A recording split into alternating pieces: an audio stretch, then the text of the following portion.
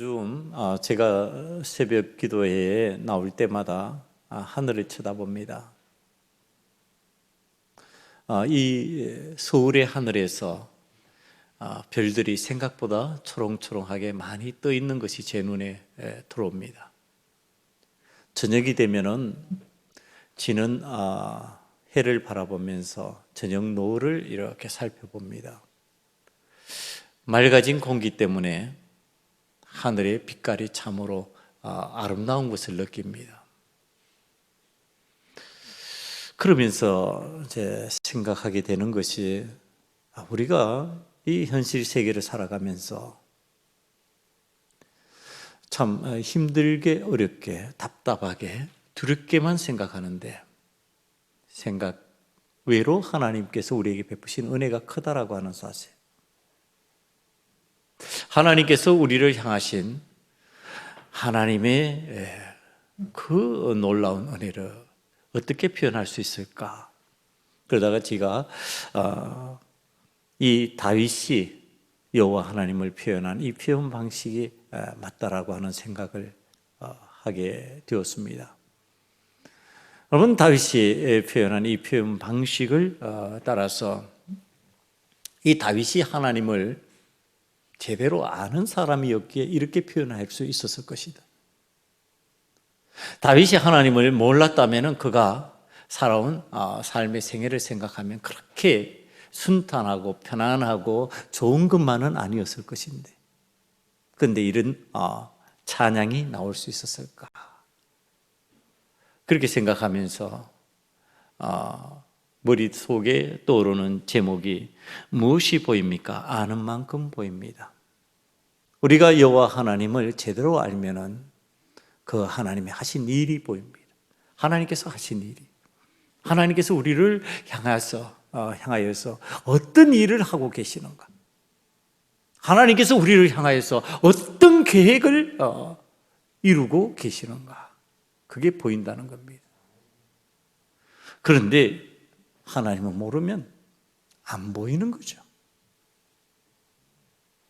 눈앞에 안개가 낀 것처럼 앞을 가름할 수가 없는 거죠.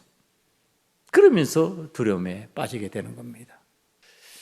우리가 뭔가를 알아야지 제대로 볼 수 있고 판단하고 결정할 수 있는데, 뭔가를 알아야지 더 잘 내 눈에 보여지게 되는데, 신앙의 세계는 어떨까? 신앙의 세계도 동일합니다. 여러분, 신앙의 세계에서 알아야 될 것들이 굉장히 많습니다. 우리가 세상을 살아가면서도 알아야 될 것들이 많이 있잖아요. 그냥 살아갈 수가 없는 세상이잖아요. 많은 것을 판단하고 결정하고 알아야 되는데, 신앙의 영역에 있어서도 그냥 고개를 끄덕이고 가느냐? 내가 그렇게 되면은, 잘못하면은 이단들에게 끌려가는 현상도 생기는 겁니다. 통일교나 신천지나 신앙촌이라고 이름하던 천부교가 우리를 그냥 끌고 가버리는 겁니다. 그럼 어떻게 해야 될까? 무수한 것들을 알고 판단해야 될 것 같은데, 그럼 그것을 갖다가 내가 신앙생활을 하면서 어떻게 알 수 있을까? 여러분, 하나님께서는 우리에게 방법을 가르쳐 주시는데, 그 방법이 바로 하나님의 영이 임하여야 된다입니다. 여러분, 하나님의 영이 임하면은 나에게 하나님을 알 수 있게 만드는 그 깨달음이 온다는 겁니다. 하나님의 영이 임하지 않으면은 그 현상이 안 일어나는 겁니다. 하나님의 영이 임하지 않으면 이 사람이 이 말하면 옳은 것 같고 저 사람이 저 말하면 옳은 것 같아서 이리 갈팡 저리 갈팡 하다가 제대로 된 믿음의 길을 가지 못하게 되는 현상이 생겨버리는 겁니다. 하나님의 영이 임하는 사람, 하나님의 영이 충만한 사람이 되어서 하나님의 성경의 말씀의 진리가 바로 보이는 역사가 우리 소금언약교회 성도들에게 임하시기를 간절히 축원합니다. 이거는 하나님의 복으로 말미암아 우리에게 임하여야 될 사건인데, 자, 이 하나님의 영이 임하면은 어떤 현상들이 생길까입니다. 오늘 성경 말씀이 보여주는 세계는 믿음의 눈을 가진 다윗이 바라본 믿음의 세계입니다. 여러분, 그냥 눈으로 이렇게 바라본 세상이 아니라는 뜻입니다. 그냥 내 육신의 눈에 보이는 세상이 아니라는 얘기를 하는 겁니다. 여러분, 우리가 살아가는 세상을 육신의 눈으로 바라보면요, 야, 이래도 괜찮을까? 이거 어떻게 되지? 사람이 이렇게 살아도 될까? 이것이 불안하고 저것이 염려스럽고 저것이 두려운 일이 되어버리고 저것이 근심스러운 일들이 되어버리는데, 지금 믿음의 눈으로 바라보니까 이 세계가 너무 아름다운 거예요. 이 세상이 하나님께서 우리에게 주신 선물이었어요. 이 세상이 하나님의 영광을 드러내는 도구였고, 그 영광 가운데 내가 자리 잡고 있었던 거예요. 너무너무 좋은 거예요. 이 믿음의 사람이 본 탁월한 믿음의 세계, 이 현실 세계를 뛰어넘는 그 무엇을 오늘 보게 되는 것, 그것이 바로 하나님의 영이 임하는 사람들에게 나타나는 현상이라는 겁니다. 오늘 하나님의 영이 임한 우리 소금 언약교회, 오늘 하나님의 영이 이곳에 임재하심으로 우리들의 눈으로 볼 수 있고 우리들의 귀로 들을 수 있는 내용, 이 시편 8편은요 1절과 9절을 함께 봐야 됩니다. 1절과 9절을 함께 보면요, 주여 주의 이름이 온 땅에 어찌 그리 아름다운지요, 이렇게 고백하고 있습니다. 9절을 바라보죠. 9절 보면은 동일하게 주여 주의 이름이 온 땅에 어찌 그리 아름다운지요, 이렇게 고백하고 있습니다. 1절 첫 절과 끝절이, 9절 끝절이 동일한 표현 방식으로 시작하고 끝맺는 거예요. 그럼 이 사이에 들어있는 내용이 어떤 내용이라고요? 주의 이름이 온 땅에 어찌 그리 아름다운지요 하고 찬양하는 찬양시라는 뜻입니다. 이 내용이 그 찬양으로 가득 차 있다는 겁니다. 여러분, 지금 다윗이 주의 이름의 아름다움을 찬양하는데, 그 아름다움을 어떤 마음으로 바라보고 있을까? 그게 1절에 주의 영광이 하늘을 덮었나이다. 주의 영광이 하늘을 덮었는데 주의 이름이 온 땅에 그 아름다움으로 나타나고 있습니다. 다시 말하면 주님의 영광이 임하였으므로 이 아름다움이 우리들에게 보입니다.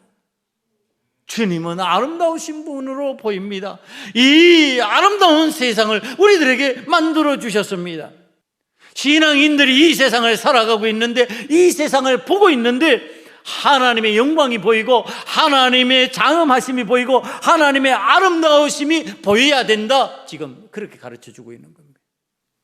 다윗이 그렇게 보고 있으니까. 다윗이 이 세상을 그렇게 쉽게 만만하게 살아간 사람이 아니라니까요. 다윗은 목동이었어요.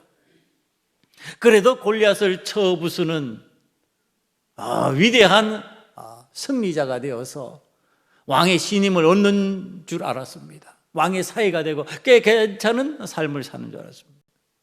순식간에 자신의 장인인 왕이, 사울 왕이 자신을 시기하기 시작하는데, 그때부터 죽음의 공포를 느끼면서 피신하는 그러한 삶을 살았던 사람입니다.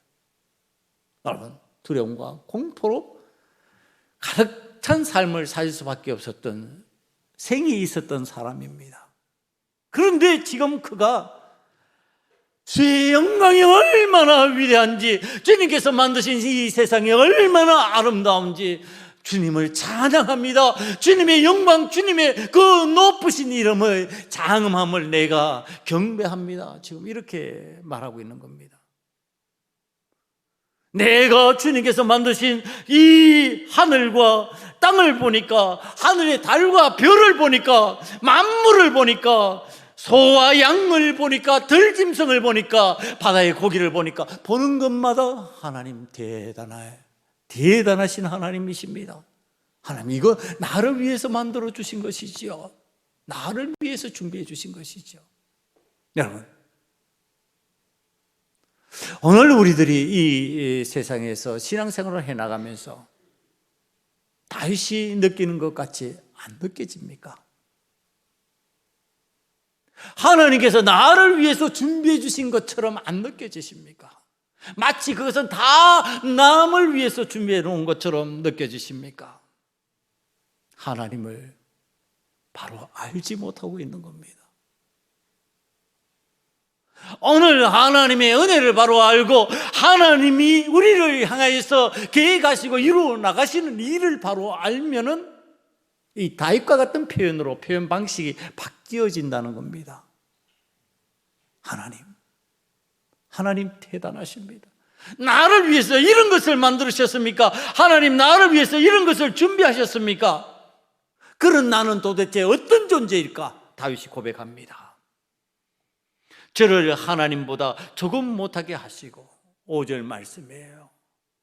저를 하나님보다 조금 못하게 하시고, 하나님 같은 형상으로 하나님께서 나를 만드셨다. 영화와 종기로 간을 씌우신 채로 나를 만드셨다. 그런 존재인데 나의 모습, 지금 이 현실에서 창조의 때를 바라보면서 하나님 나를 만드셨는데, 나를 만드신 그 하나님은 어떤 하나님이신가? 창조주 하나님, 전능의 왕, 만유의 주로서 나를 만드셨고, 그분이 우리를 만드실 때, 나를 만드실 때 자신보다 조금 못하게 만드셨다. 그러니 나는 얼마나 귀한 존재인가? 나는 얼마나 소중한 존재인가? 나는 이 세상을 하나님께서 선물로 주신 그러한 존재이다. 너 나와 함께 더불어 살자. 너는 나와 함께 해야 될 귀한 존재다. 그렇게 말씀하시지 않았겠냐 말이에요. 그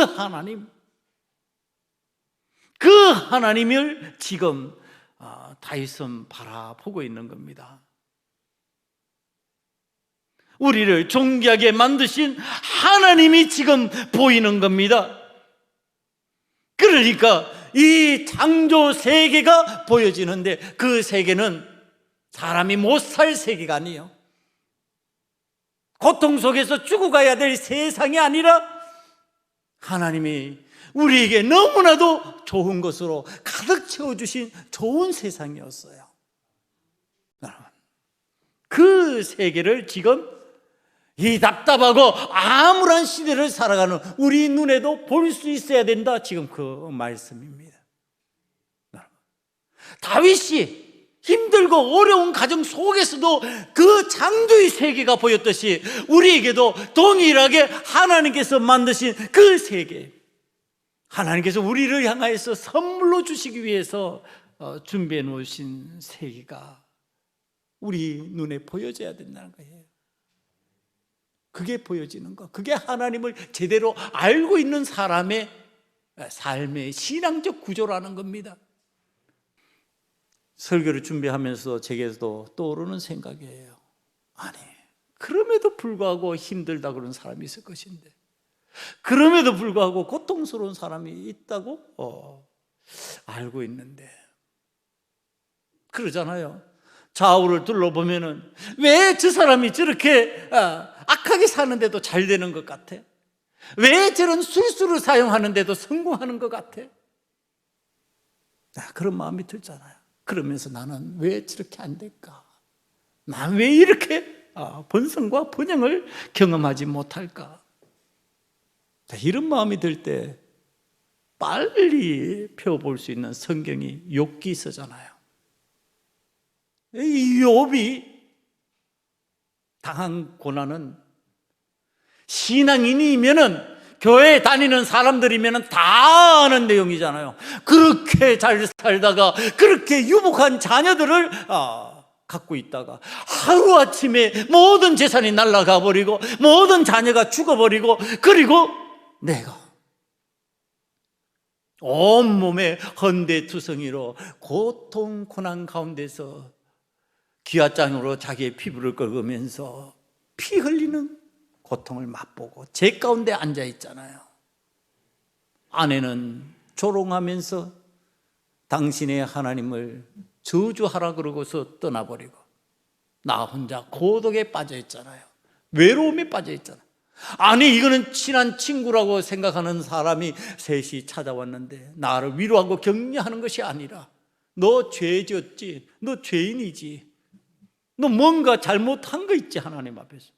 아니, 나 그런 적 없다고 아무리 얘기해도 나의 그 마음을 받아주지 않고 나를 계속 죄인으로 몰아가는 비참을 경험하는 그때 그 욥이 하나님을 만납니다. 욥기서 38장 말씀을 바라보면은 폭풍우 가운데서, 38장 1절에요. 폭풍우 가운데서 여호와 하나님께서 나타나셔서 3절에 이렇게 말씀하십니다. 너는 대장부처럼 허리를 묶고 내가 묻는 것을 대답할지어다. 여호와 하나님께서 욥에게 폭풍우 가운데 나타나셨대요. 그 폭풍우 가운데 나타나셨다는 표현은 뭐예요? 지금 욥이 폭풍우와 같은 환난을 경험하고 있다, 이런 뜻이죠. 그러니까 폭풍우 가운데서 하나님을 만나는 거죠. 그런 환난 가운데서 만나고 있는 거죠. 그런데 그 하나님이 나타나셔서 욥기서 38장 4절에서 7절 말씀입니다. 내가 땅에 기초를 놓을 때 내가 어디 있었느냐? 내가 깨달아 알았거든 말할지니라. 누가 그것의 도량법을 정하였는지, 누가 그 줄을 그것의 위에 띄웠는지 내가 아느냐? 그것의 주추는 무엇에 세웠으며 그 모퉁이의 돌을 누가 놓았느냐? 그때 새벽별들이 기뻐 노래하며 하나님의 아들들이 다 기뻐 소리를 질렀느니라. 천지 창조를 얘기하고 계시는 거예요, 하나님께서.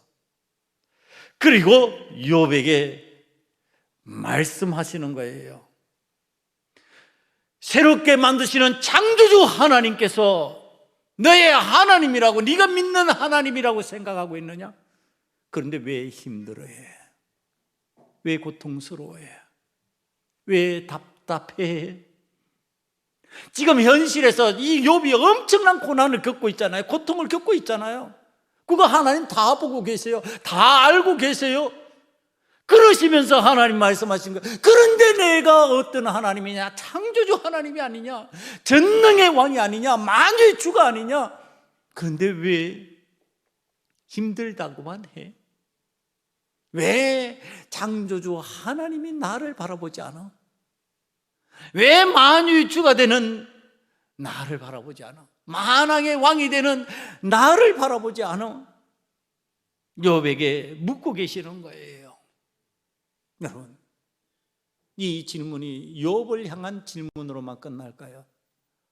오늘 소금언약교회 성도들을 향하여서, 저를 향하여서 하나님은 묻고 계시지 않을까요? 내가 믿는 하나님이 도대체 누구인가? 김 목사야, 네가 믿는 하나님은 도대체 어떤 하나님이냐?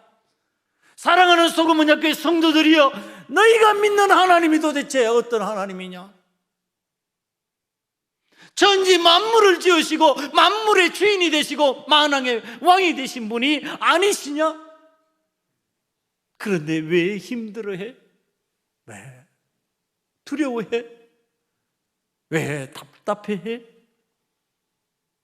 왜 하나님이 아무 힘도 발휘하지 못하시는 분처럼, 무능한 하나님인 것처럼 지금 생각하면서 네가 대신 다 하려고 해? 왜 네가 대신 그 모든 것을 결정하려고 해?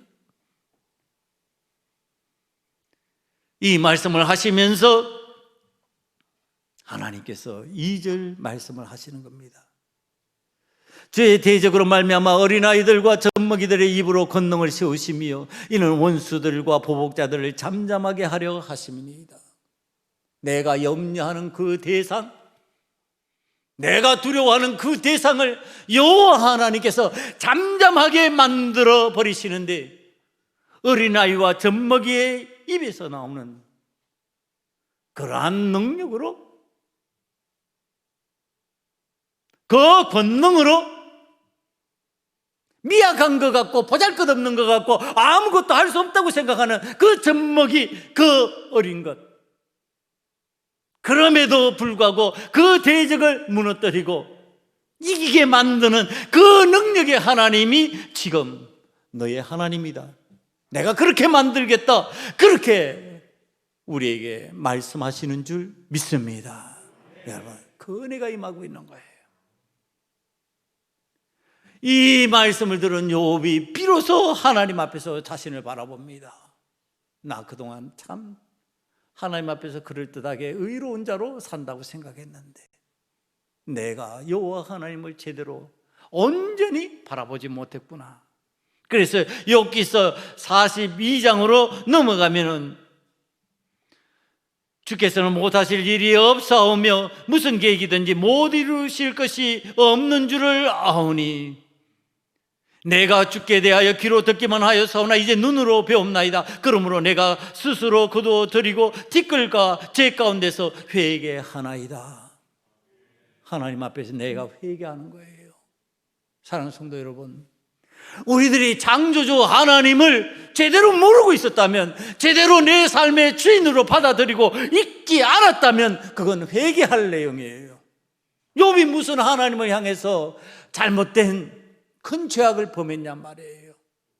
도리어 욥을 하나님께서 사탄에게 시험당하게 허락해 주셨지, 욥이 무슨 하나님을 향해서 원망하거나 불평하거나 하나님을 향해서 삿대질을 한 적이 있냔 말이에요.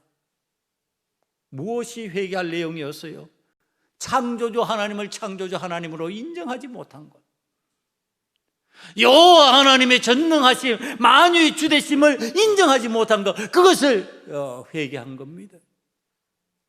여러분, 오늘 우리들의 눈이 가리워진 것은 창조주 하나님을 제대로 내 삶에 받아들이지 아니하고, 전능의 왕 하나님을 받아들이지 아니하고, 만유의 주 되신 여호와 하나님을 받아들이지 아니하고 사는 것, 그것이 회개할 내용이에요. 여러분, 하나님 앞에 우리들이 믿음 없음을 회개해야 돼요. 여러분, 무슨 죄를 지어서 회개가 아니라 믿음 없는 것이 하나님 앞에서 회개해야 될 내용이라고 하는 것. 이 회개의 역사가 일어나니까 성경에서 이제 욥기서에서 가르쳐 주시는 거예요.